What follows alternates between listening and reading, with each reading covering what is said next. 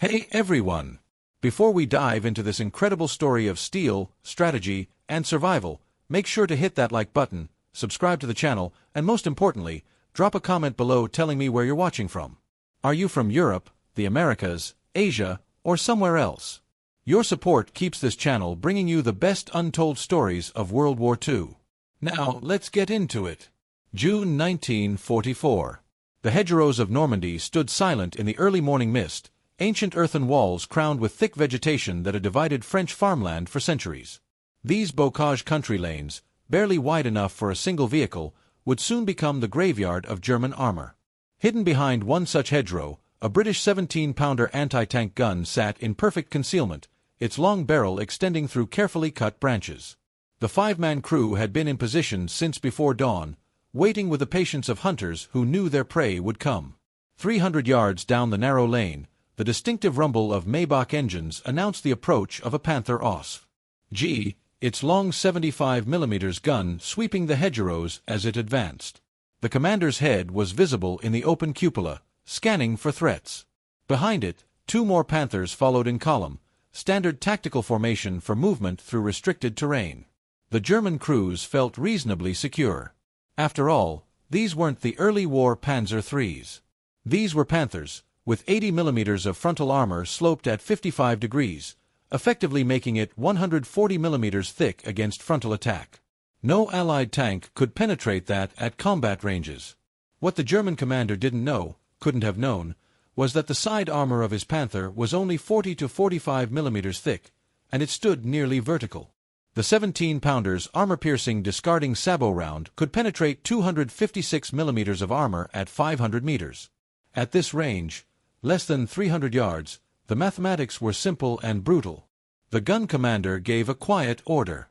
The gunner made a final adjustment, placing his crosshairs just below the turret ring where the hull side armor was thinnest. The loader tapped the gun commander's shoulder, loaded. A gentle squeeze of the firing lever, and physics took over. The report of the 17-pounder was thunderous in the confined space. Dirt and leaves exploded from the ground around the gun position as the muzzle blast kicked up debris. 300 yards away, the lead Panther lurched as if struck by an invisible giant's fist. Orange flame erupted from every hatch and vision port. Within seconds, the turret blew skyward on a column of fire as the ammunition cooked off. The other two Panthers immediately reversed, their commanders' voices likely screaming into radio sets, reporting the one thing German armor feared most: ambush from the flank.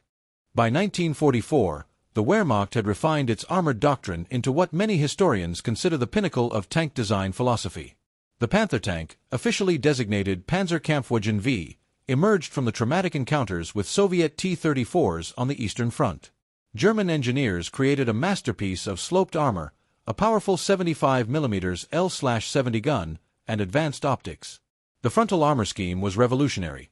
An 80mm thick glassy plate sloped at 55 degrees created effective thickness that no Allied tank gun could reliably penetrate at combat ranges exceeding 500 meters. The Tiger I, with its 100mm of frontal armor, could engage and destroy Allied tanks at ranges beyond 2,000 meters. German propaganda worked overtime to promote these technological marvels. Newsreels showed Panthers shrugging off Allied shells. Radio broadcasts told of single Tiger tanks holding up entire Allied armored battalions. Crews were trained to believe in their tank's superiority, and with good reason. Head-to-head, a Panther could destroy 5 Shermans before being knocked out, according to some estimates. The psychological impact was enormous on both sides. German tankers developed an almost arrogant confidence, while Allied tank crews approached encounters with German heavy armor with palpable dread. But there was a problem that German propaganda carefully avoided: the side armor. While frontal protection reached extraordinary levels, the sides of Panthers featured only 40 to 45mm of vertical armor, barely thicker than early war light tanks. Tigers had 80mm sides, better but still vulnerable. This was a calculated compromise. Adding heavier side armor would have made the tanks too heavy for their engines, transmissions, and bridges. German doctrine assumed that proper tactical employment would keep tank flanks protected by terrain, supporting infantry, or other tanks. The reality of combat, especially in the close terrain of Normandy's bocage or Italian mountain passes, made this assumption dangerously optimistic. Allied intelligence services quickly identified this weakness through battlefield analysis and after-action reports. By late 1943, Allied anti-tank gun crews were being specifically trained to exploit it. The British developed the 17-pounder anti-tank gun, mounted on a split trail carriage, firing a 17-pound projectile at velocities up to 1,200 meters per second with APDS ammunition. The Americans fielded the 76mm M1 gun and the powerful 90mm guns on M36 tank destroyers. The Soviets deployed their formidable 85mm and 100mm guns. All shared one critical capability: they could defeat German side armor at ranges beyond 1,000 meters, and at closer ranges, the penetration was catastrophic, often causing complete ammunition detonation. The stage was set for a brutal education. German armor would learn that technological superiority meant nothing when caught from the flank, and Allied anti-tank crews would become masters of ambush warfare. German propaganda had created an almost mythological aura around their heavy tanks. The Tiger I particularly became a symbol of invincibility. Stories circulated of single Tigers destroying dozens of Allied tanks, holding up entire battalions, and being immune to Allied weapons. Some of these stories were true. Michael Wittmann's famous ambush at Villers-Bocage in June 1944 saw his single Tiger destroy approximately 14 tanks and 15 other vehicles in 15 minutes. Such incidents were widely publicized within German forces and caused genuine terror among Allied tankers. American tank crews approaching Normandy had been briefed on the Tiger and Panther, but the briefings often understated the lethality of German guns while overstating Allied capabilities. Some Sherman crews were told their 75mm guns could penetrate Panthers at close range, a dangerous half-truth that cost lives. The myth of American numerical superiority providing inevitable victory was comforting but misleading. British crews in Cromwell's and Standard Shermans knew better. They'd learned in North Africa and Italy that taking on German heavy armor frontally was suicide. The reality on the ground was more nuanced and more brutal than propaganda from either side admitted. Yes, German tanks had superior frontal armor and guns. A Panther could penetrate a Sherman's frontal armor at 2,000 yards, while a Sherman's 75mm gun could only reliably penetrate a Panther from the side or rear at under 500 yards. But this disparity only mattered in the specific scenario of a frontal engagement at range, and the Allies were learning not to fight that battle. What German propaganda never emphasized was the vulnerability of their vaunted armor when tactical conditions didn't favor them. The Panthers and Tigers had relatively slow traverse rates for their turrets, approximately 30 seconds for a full 360-degree rotation under power, much slower by hand. They were mechanically complex and prone to breakdown. Their wide tracks and heavy weight made them difficult to maneuver in tight quarters. Most critically, their side armor, while adequate against older anti-tank weapons, was woefully insufficient against the new generation of Allied guns. Anti-tank gun crews, unlike tank crews, fought from prepared positions with perfect concealment and pre-ranged firing points. They didn't need to move, didn't have vision slots restricting their view, and could position themselves perpendicular to likely avenues of approach.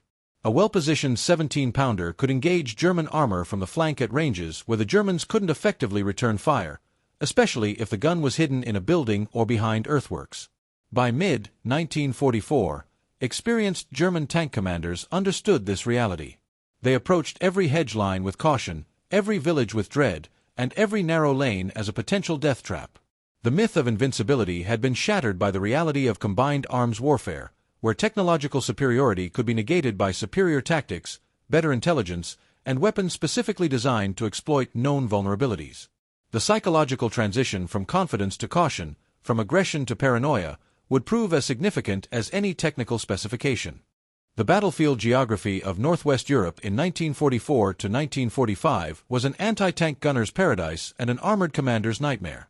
The Normandy bocage consisted of ancient hedgerows, thick earthen banks topped with centuries-old trees and dense brush, that created a maze of small fields connected by narrow sunken lanes. Visibility rarely exceeded 100 yards. A tank advancing down these lanes presented its vulnerable side armor to every hedge line, every farm building, every slight bend in the road.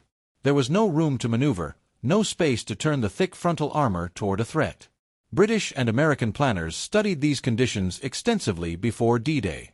They understood that German armor, no matter how formidable, would be channeled into predictable paths.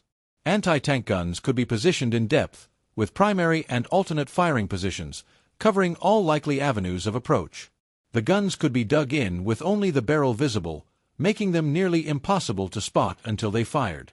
Camouflage nets supplemented with local vegetation rendered them invisible to aerial reconnaissance and ground observation. The technique was perfected by British anti-tank regiments. Guns would be positioned in a triangular formation, covering the same stretch of road from multiple angles. When German armor appeared, the first gun would fire at the lead vehicle's side armor.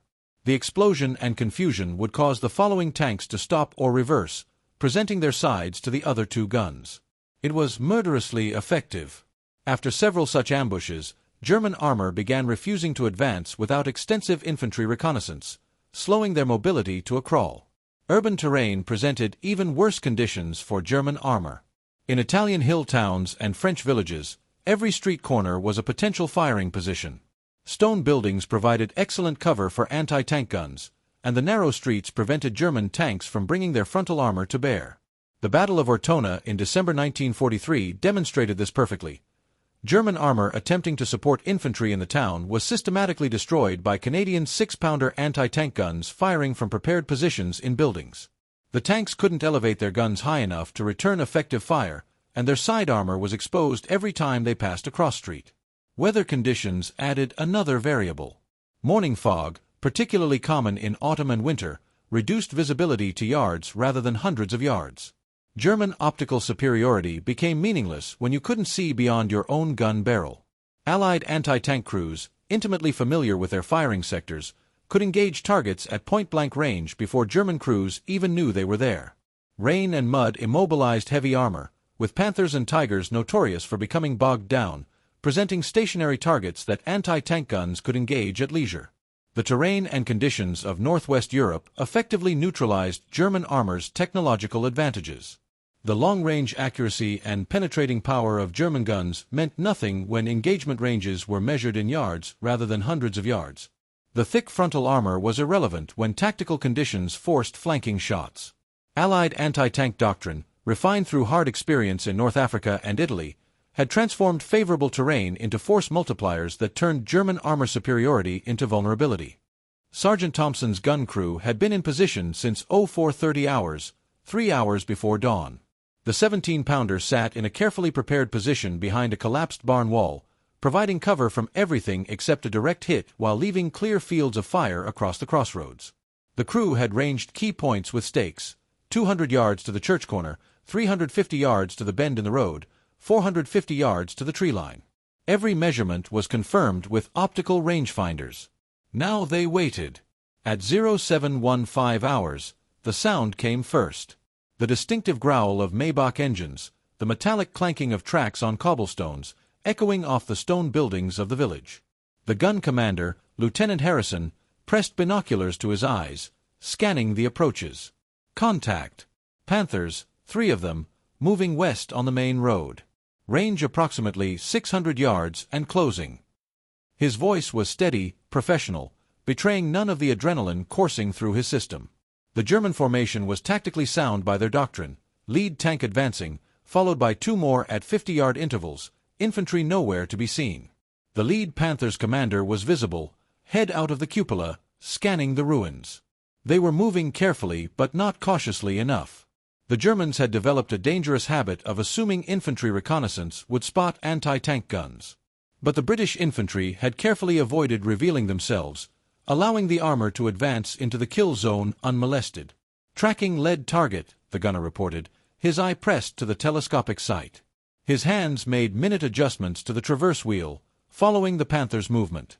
The loader already had an APDS round in his hands, waiting for the command. The gun commander calculated quickly. At 400 yards, the APDS would penetrate the Panther's side armor with massive overmatch, likely causing ammunition detonation. But patience was crucial. Let them get closer, let all 3 enter the kill zone, maximize the chances of multiple kills before they could react. At 350 yards, the lead Panther reached the pre-ranged marker, the church corner. The Germans were fully committed now, all 3 tanks in the open space of the crossroads, no covered positions nearby. Lieutenant Harrison made his decision. Load APDS. Target lead Panther, side hull, below turret ring. On my command. The German tank commander chose that moment to button up, dropping into his hatch. Perhaps he'd sensed danger, perhaps it was routine.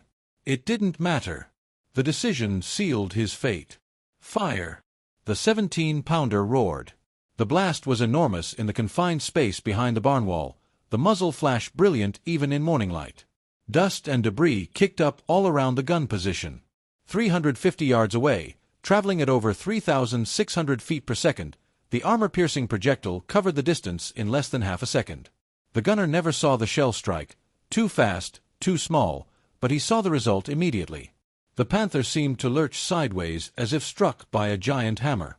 Then, catastrophically, it exploded. The 17-pounder's APDS round struck the Panther's side armor 18 inches below the turret ring, precisely where the hull side plates were thinnest. At this range and angle, the shell encountered 40 millimeters of vertical armor, pathetically inadequate against a projectile designed to defeat 250 millimeters of armor. The penetration was instantaneous and catastrophic. The hardened steel core punched through the armor plate, fragmenting it into deadly spalling that sprayed through the fighting compartment like shrapnel from an artillery burst. Inside the Panther, the crew had perhaps 1 second of awareness. The driver, seated in the front hull, heard the impact behind him, a sound like a massive hammer striking an anvil. The gunner and loader, standing in the turret basket, were directly in the projectile's path. The round, still traveling at tremendous velocity after penetrating the armor, struck ammunition stored in the hull sponsons. The propellant charges ignited not in the controlled burn of firing, but in the violent detonation of uncontained combustion. The explosion was immediate and overwhelming. 75 mm rounds of various types were stored throughout the Panther's interior. When one cooked off, it triggered a chain reaction. The internal pressure spike was enormous. The fighting compartment essentially became a pressure cooker with no relief valve.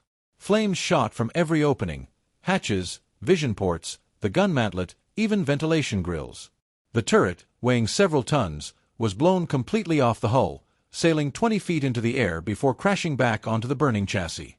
The 2nd Panther's commander had been watching his lead tank when it exploded. His radio crackled with a brief, cut-off scream, then silence. Training took over. Enemy anti-tank gun. Reverse. Reverse. He hammered on his driver's helmet, the universal signal for immediate action. The Panther lurched backward, engine roaring, transmission grinding as the driver panic-shifted. But the narrow village street offered no room to maneuver. The tank could only reverse straight back, still presenting its vulnerable side to the hidden gun. Lieutenant Harrison's gun crew was already reloading. 15 seconds after the first shot, excellent time for such a large gun, the loader tapped the commander's shoulder. Loaded! The gunner had never left his sight, tracking the reversing 2nd Panther. The range was now 400 yards and opening, but still well within effective engagement distance. Target 2, side hull, ammo stowage area. Fire! The second shot was as accurate as the first. This time the result was different but equally fatal. The round penetrated behind the driver's position, directly into the engine compartment. No ammunition detonation followed, but the high-velocity round shattered engine blocks, severed fuel lines, and ignited the Panther's 730-liter fuel tanks. Within seconds, the engine compartment was an inferno.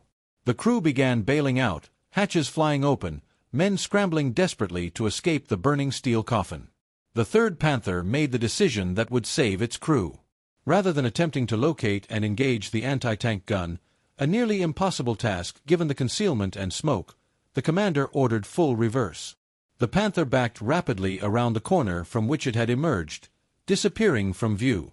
The crew's survival instinct overrode pride, doctrine, and the knowledge that they were abandoning their comrades. It was the right decision. The psychological impact of these ambushes cascaded far beyond the immediate tactical situation. Word spread through German armored units with the speed of wildfire. Tank crews who had felt invincible in their Panthers and Tigers now faced a terrifying reality. They could be killed at any moment by an enemy they never saw. The randomness was particularly devastating. You could survive a frontal tank duel through superior armor and gunnery, but an ambush from the flank offered no defense, no chance to fight back, just sudden violent death. German tank crews developed what modern psychologists would recognize as hypervigilance and combat stress. Every hedgerow became a potential threat. Every building might hide a gun. Tank commanders refused to button up despite the vulnerability to snipers because maintaining situational awareness seemed more important than protection. Sleep became difficult. Veterans reported dreams of being trapped inside burning tanks, unable to escape through jammed hatches. The smell of burned flesh and diesel fuel became associated with every village approach. The morale impact extended to tactical decision-making. German armored formations that had previously advanced aggressively now moved with painful caution. Infantry reconnaissance had to clear every potential gun position before armor would advance. This slowed operations dramatically, giving Allied forces time to prepare subsequent defensive positions. What had been breakthrough operations became grinding attrition. German commanders found themselves paralyzed by the knowledge that a single hidden anti-tank gun could destroy their most valuable assets. Allied intelligence exploited this psychological vulnerability brilliantly. After ambushes, they deliberately left damaged or destroyed anti-tank guns in positions where German reconnaissance would find them, but they positioned new guns in adjacent locations. German forces would assume they'd located all the threats, advance confidently, and be ambushed again. The pattern repeated until German units simply refused to advance through certain types of terrain regardless of tactical necessity. The fear became self-reinforcing. German crews who survived ambushes were evacuated, treated for wounds, and returned to their units where they shared traumatic stories with replacement crews. Each retelling amplified the terror, the invisibility of the enemy, the instantaneous nature of the kill, the helplessness of being trapped in burning armor. New crews arrived at the front already psychologically defeated, seeing threats everywhere, unable to distinguish between genuine danger and phantom fears. German tactical doctrine began to reflect this psychological reality. Orders increasingly emphasized avoiding engagement with anti-tank guns rather than destroying them. Units were instructed to bypass villages rather than fight through them. Armor advances became tied to daylight hours only, refusing night operations despite tactical advantages, because the psychological stress of advancing through darkness where any shadow might hide a gun was too much for crews to handle. The Allied anti-tank gunners, meanwhile, developed their own psychology. They were the hunters, not the hunted. Unlike tank crews who faced the stress of movement and exposure, anti-tank gun crews fought from prepared positions with clear fields of fire. They struck first, usually achieving complete surprise. The psychological advantage was enormous. They knew the German armor's weaknesses intimately, knew exactly where to aim, and had witnessed repeatedly that proper shot placement meant instant kills. Confidence bred competence, and competence bred more success. The immediate aftermath of a successful ambush was a scene of devastation and horror. The lead panther burned intensely, its aluminum components feeding flames that reached 1,500 degrees Fahrenheit. The ammunition continued cooking off sporadically for 20 minutes, sending secondary explosions through the wreckage. Black smoke poured from the hull, visible for miles, marking the kill site like a funeral pyre. No crew member survived. The instantaneous ammunition detonation killed them all before they could react. Their bodies, if recoverable at all, would be cremated beyond recognition. The second Panther presented a different horror. The crew had escaped the burning vehicle but were now exposed to small arms fire in the middle of the village. One crew member, the radio operator, was struck by rifle fire while running for cover and died in the street. The others reached a drainage ditch and surrendered to British infantry who arrived minutes later. They were wounded, burned, and in shock. The driver's hands were severely burned from his attempt to open the hot escape hatch. The commander suffered a fractured leg from his hasty exit from the turret. All would survive but face long hospitalizations. The surviving 3rd Panther retreated to German lines, its crew physically intact but psychologically shattered. The commander reported the ambush to his battalion headquarters, describing an anti-tank gun position of unknown strength that had destroyed 2 Panthers in approximately 30 seconds. The report, like hundreds of others, painted a picture of overwhelming Allied anti-tank capabilities. German intelligence officers struggled to understand how relatively simple towed guns were achieving kill ratios that should have been impossible according to pre-war calculations. The loss statistics were stark and worsening. In the Normandy campaign from June to August 1944, German armored forces lost over 1,500 tanks and assault guns. Analysis of destroyed vehicles showed that approximately 40% had been knocked out by anti-tank guns rather than tank-to-tank combat. The percentage was even higher in urban combat. In Italian cities like Ortona and Cassino, anti-tank guns accounted for over 60% of German armor losses. The much-vaunted technological superiority of German armor was being systematically negated by Allied tactical doctrine. The crew casualties mirrored the vehicle losses. Tank crews represented some of the most highly trained personnel in the German military, requiring months of specialized instruction. Each ambush that achieved multiple kills removed entire crews from the order of battle. 5 men per Panther, 5 per Tiger. By late 1944, Germany faced not just a shortage of tanks but a catastrophic shortage of trained crews. Replacement crews arrived at frontline units with inadequate training, further degrading combat effectiveness. Veteran crews who survived multiple engagements became increasingly reluctant to accept missions they perceived as suicidal. Allied forces quickly learned to exploit destroyed German armor for intelligence purposes. Investigating destroyed Panthers and Tigers revealed not just technical specifications but the personal effects of crews, letters home, diary entries, photographs. These documents painted a picture of declining morale, increasing desperation, and growing awareness that the war was lost. By early 1945, German tank crews understood they were fighting delaying actions, not winning battles, and that each engagement might be their last. The tactical lessons learned from Allied anti-tank operations against German armor permanently transformed armored warfare doctrine. The myth that heavier armor and bigger guns guaranteed battlefield dominance was thoroughly demolished. Modern armor doctrine recognizes that survivability depends not on invulnerability but on avoiding being hit through superior tactics, situational awareness, and combined arms coordination. No tank, regardless of protection levels, can survive when caught in the flank at close range by dedicated anti-tank weapons. The British 17-pounder proved so effective that it remained in service with various armies until the 1960s. Its success validated the concept of high-velocity, flat-trajectory anti-tank guns over larger caliber but lower-velocity weapons. The American 90mm gun, developed partly in response to reports of 17-pounder effectiveness, became the main armament of the M26 Pershing and later the M46 and M47 tanks. Soviet anti-tank gun doctrine, already emphasizing mass employment and ambush tactics, was reinforced by Western experiences and influenced Cold War deployments. German armor development in the final years of the war reflected hard-learned lessons. Late-model Panthers featured additional side armor plates, though these added weight problems. The King Tiger's 80mm side armor was specifically thickened in response to vulnerability reports. Operational doctrine increasingly emphasized all-around security, with infantry screening forces mandatory for armor advances. But these adaptations came too late and consumed resources Germany didn't have. The war was being lost not just tactically but industrially and strategically. The psychological legacy proved equally significant. Post-war interviews with German tank crews revealed deep trauma specifically associated with ambush scenarios. Veterans described decades of nightmares, survivors' guilt over lost crew members, and profound respect for Allied anti-tank capabilities. Many expressed that they feared Allied anti-tank guns more than enemy tanks, as they felt helpless against an invisible enemy compared to tank versus tank combat where skill and tactics offered some agency. This psychological dimension influenced post-war German military doctrine, which emphasized distributed defensive positions and rapid mobility to avoid becoming fixed targets. Allied soldiers who served in anti-tank units developed their own complex relationship with the combat. Unlike tank crews, they rarely formed close unit bonds. Anti-tank guns were easier to replace than tanks, and crews were frequently reorganized. The static nature of defensive anti-tank warfare lacked the esprit de corps of mobile operations.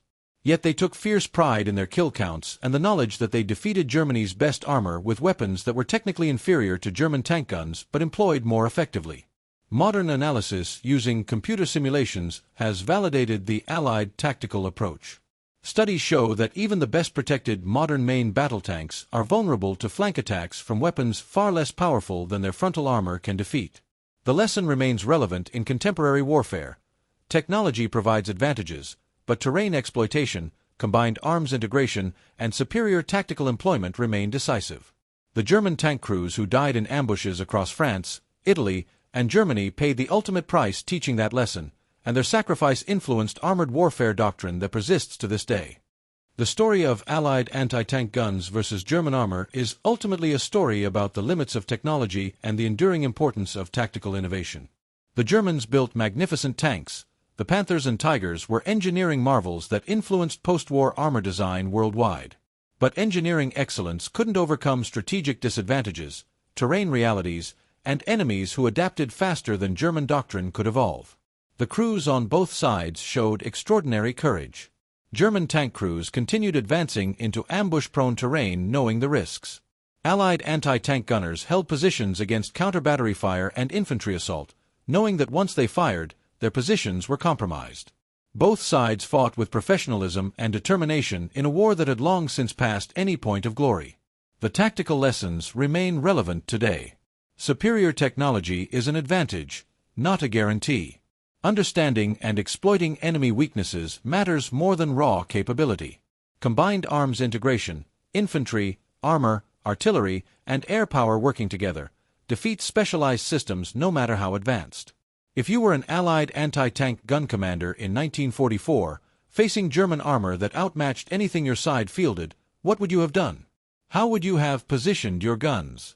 Let me know in the comments, and don't forget to like and subscribe.